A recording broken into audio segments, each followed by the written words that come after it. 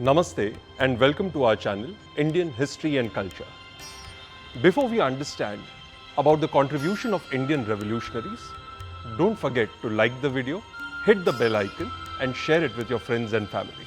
Often what happens is when we understand the freedom movement, we specifically tend to focus on Gandhi and the Gandhian movements under the Congress leadership. We often ignore the role played by revolutionaries. Revolutionaries had an extremely important role to play to liberate India from British rule. From the times of Vasudev Balwant Phadke to the Chittagong armory raid of Surja Sen. Let us understand the role of revolutionaries in liberating our motherland from the British rule. When we talk about the first armed revolutionary in India, it is usually the Indian 57 rebellion that comes. Rani Lakshmi Bai, Tatya Tope, Nana Sahib Peshwa, Bahadur Shah Zafar, and these names come as the armed rebels against the British Empire. But they are not to be considered as the first cases of armed revolution for India's liberation. These were rebels. They did use armed methods, but the concept of India as a nation was yet to develop. Nationalism was still in its nascent stages. The idea of India was not well formed. Therefore, it is in the 1870s that we see that armed revolutionary struggle for national independence that begins. Therefore, it is Vasudev Balwant Phadke who is many a times considered as the first armed revolutionary with a clear conception of what India was and what India should be when it is liberated from the British rule. The Deccan riots of 1870s and the Ramoshis who were mobilized by him led this first armed struggle for India's independence. The struggle eventually failed. He was arrested, executed by the British Empire. But it created a new wave of patriotism, a new example that perhaps we need to take up arms for liberating our country. After a lull of almost a decade and a half, we see the revolutionary activities beginning in the end of 1890s. The case of Safekar brothers.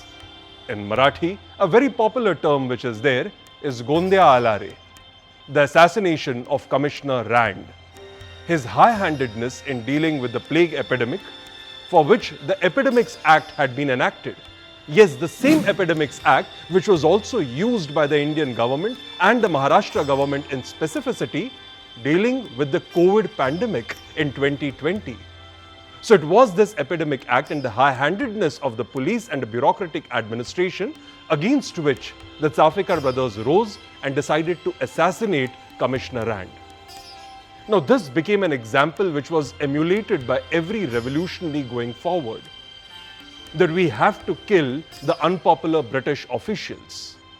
It is this which was followed by the revolutionaries in Bengal, in Punjab, as well as in Maharashtra, which remained the centers of armed revolution. The Anushilan Samiti, Barendra Kumar Ghosh, and the famous Alipur conspiracy case where you have revolutionaries attempting to make bombs is a well-known example. In Maharashtra, it was the Abhinav Bharat under the leadership of Veer Savarkar who led a revolution who assassinated unpopular officials in Nashik, the district magistrate. Members of the Anushilan Samiti were involved in this and Savarkar was arrested and transported for life in the Andaman and Nicobar Islands, the cellular jail. Now many times it was these revolutionaries who landed up in the cellular jail or the Mandale prison. The Saza, Kala Pani ki Saza as is well known. But the method was common.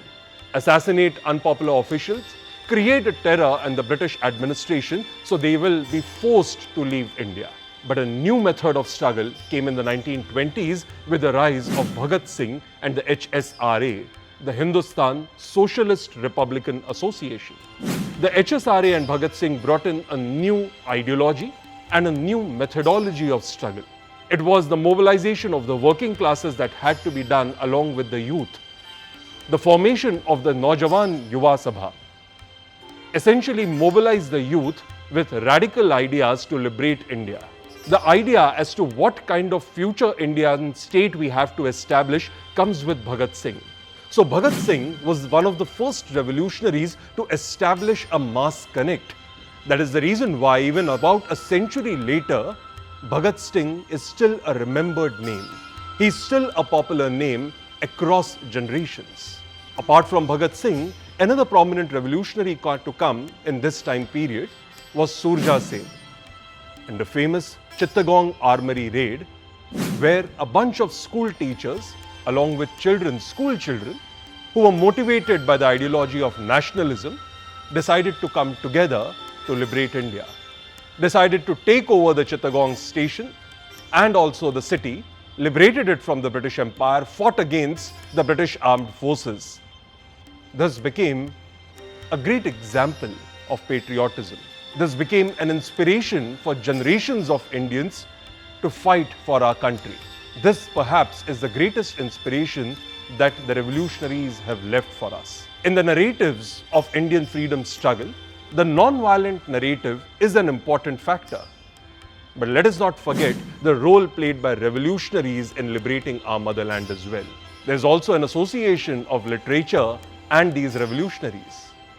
Most of these revolutionaries were great poets. So whether it is Veer Savarkar or Ram Prasad Bismil, poetry, nationalism and romanticism came all together in making India's revolution. सरफरोशी की तमन्ना अब हमारे दिल में है, देखना है जोर कितना बाजुए कातिल में है. Thank you for watching our channel.